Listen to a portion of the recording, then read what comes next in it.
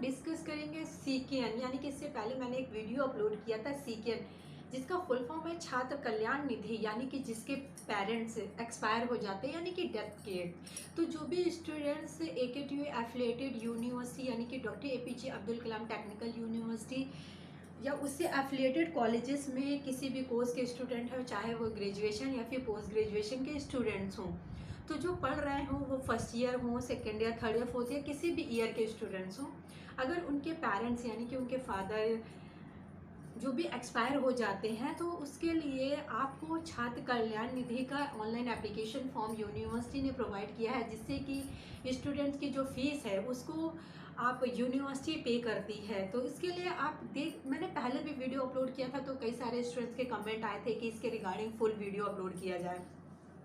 तो मैं इस वीडियो में आपको बताना चाहती हूँ कि ये बेसिकली होता है कि सपोज दैट कोई भी स्टूडेंट है जो यूनिवर्सिटी में पढ़ रहा है, अगर उसके फादर या जो भी है वर्किंग कैंडिडेट फाइनेंशियली अगर वो डेथ हो जाती है, चाहे वो नेचुरल डेथ हो या फिर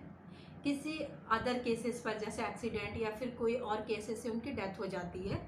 तो स्टूडेंट की फ़ीस यानी कि फाइनेंशियली कंडीशन पर स्टूडेंट अपनी फ़ीस यूनिवर्सिटी की पे नहीं कर सकता है, तो उसके तहत आपको एक फॉर्म फिलअप करना होता है, जो कि फॉर्म आपका स्टूडेंट्स के ERP लॉगिन पर ही आता है, यानी कि उस पर आपका सीकेएन के एप्लीकेशन डैशबोर्ड पर जा कर के फॉर्म फिलअप करना होता है। तो इस फॉर्म का मेन इम्पॉर्टेंट क्या है कि जो स्टूडेंट्स का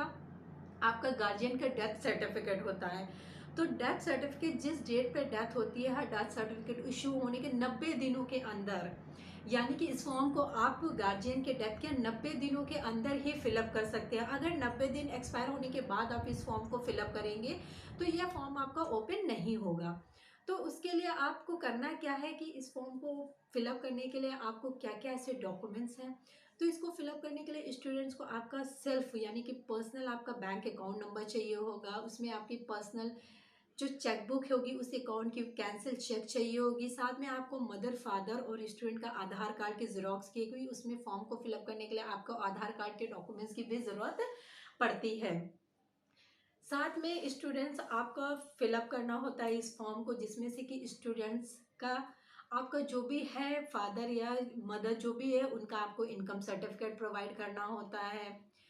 यानी कि फादर की डेथ हो जाती है तो आप मदर आपकी as a financial care taker होंगे तो उनका आय प्रमाण पत्र देना होगा। अगर मदर फादर दोनों ही नहीं है किसी स्टूडेंट के केस में, तो जो भी आपका केयर टेकर है उनका आय प्रमाण पत्र आपको प्रोवाइड करना होगा। फादर का आपको डेथ सर्टिफिकेट प्रोवाइड करना होगा। उसके साथ में स्टूडेंट ने जो लास्ट उनका सेशन था एकेडमिक सेशन, उसका आपको जो भी टोटल आपने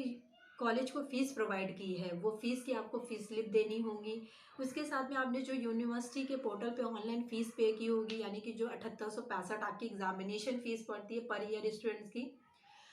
पोस्ट ग्रेजुएशन की कोर्स में आपकी 1100 पड़ती है, जबकि आपकी जो फर्स्ट ईयर के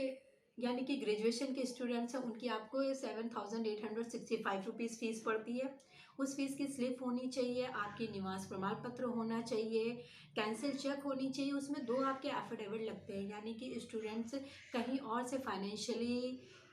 नहीं पैसा ले रहा है। उसी के साथ में एक एफिडेविट स्टूडेंट को प्रोवाइड करना होता है कि उस स्टूडेंट का कोई भी भाई या बहन AKTU यूनिवर्सिटी से एफिलेटेड किसी भी कॉलेज का स्टूडेंट्स नहीं है। कुछ इस प्रकार से स्टूडेंट को, तो ये फॉर्म आपका 2 पार्ट्स में फिलअप किया जाता है, CKN1 एंड CKN2।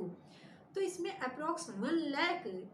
अमाउंट का फीस रिफंड आता है यूनिवर्सिटी की तरफ से, अगर आपका पूरा डॉक्यूमेंटेशन। और बेसिकली मेन इंपॉर्टेंट इस फॉर्म में ये है कि स्टूडेंट्स के जो भी डॉक्यूमेंट्स हैं, यानी कि जो स्टूडेंट का बैंक अकाउंट डिटेल होगी, स्टूडेंट्स के जो भी आपकी क्वालिफिकेशन कोर्स की यानी कि मार्कशीट्स होंगी, अगर स्टूडेंट के पास कोई मार्कशीट नहीं है तो आप वन व्यू की रिजल्ट की कॉपी भी लगा सकते हैं। तो मान लीजिए आपका जैसे हाई स्कूल इंटर की मार्कशीट्स हो गई, उसी के साथ में आपका जो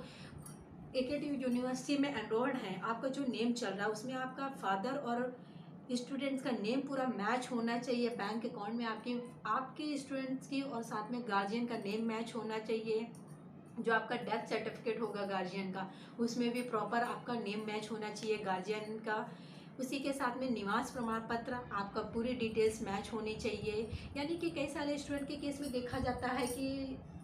स्टूडेंट के जो हाई स्कूल और इंटरमीडिएट की मार्कशीट्स होती है उसमें कुछ नेम डिफरेंट होता है। फिर जो स्टूडेंट एनरोल करता है यूनिवर्सिटी को, उसमें डॉक्यूमेंट्स में कुछ उनके और भी डिफरेंसेस होते हैं नेम्स वगैरह में। उसी के साथ में आधार में कुछ डिफरेंस, अलग नाम है, एफिडेविट वगैरह स्टूडेंट बनवाता है कुछ अलग नाम से बनवा लेता है। जिसमें से कि आप बेसिकली देख सकते हैं, अगर स्टूडेंट्स अपना बैंक अकाउंट डिटेल लगा रहा है तो उसके हो सकता है फादर के सरनेम में डिफरेंस हो या फिर फादर के आधार में डिफरेंसेस हो। तो ये फॉर्म फिलअप करने से पहले आप पूरी चीज़ें को एक साथ अपडेट करवा लीजिए, पूरे प्रॉपर चीज़ें एक साथ मैच होनी चाहिए, तभी स्टूडेंट इस फॉर्म को फिलअप कर सकता है। तो जब स्टूडेंट का CKN 1 का अमाउंट रिफंड आ जाता है यूनिवर्सिटी की तरफ से अप्रॉक्स 1 लाख का, तो उन सभी के डॉक्यूमेंट्स के बेसिस पर स्टूडेंट CKN 2 के फॉर्म के लिए भी एलिजिबल हो जाता है। तो ये सारे डॉक्यूमेंट्स जो है आप स्टूडेंट्स अपने स्टूडेंट्स ERP लॉगिन पर जा करके CKN के डैशबोर्ड पर अप्लाई करेगा, जो कि फाइनली सबमिट होने के बाद ये आपका जो है फॉर्म वो यूनिवर्सिटी यानी कि कॉलेज, जिस कंसर्न कॉलेज के आप स्टूडेंट होंगे उनके लॉगिन पर, कॉलेज लॉगिन पे शो करने लगता है। आपको कॉलेज को इन्फॉर्म करना होगा कि आपने फॉर्म को फिलअप किया है, देन कॉलेज आपका इस फॉर्म को फाइनली फॉरवर्ड करेगा यूनिवर्सिटी के पोर्टल पर। देन वहाँ से आपका फीस रिफंड का प्रोसेस शुरू होता है। तो अगर कोई भी स्टूडेंट आप CKN 1 यानी कि छात्र कल्याण निधि का फॉर्म फिलअप करना चाहते हैं तो आप इसके रिगार्डिंग कुछ इस प्रकार से इम्पोर्टेंट अपने डॉक्यूमेंट्स को प्रिपेयर करके अरेंज करके रख सकते हैं।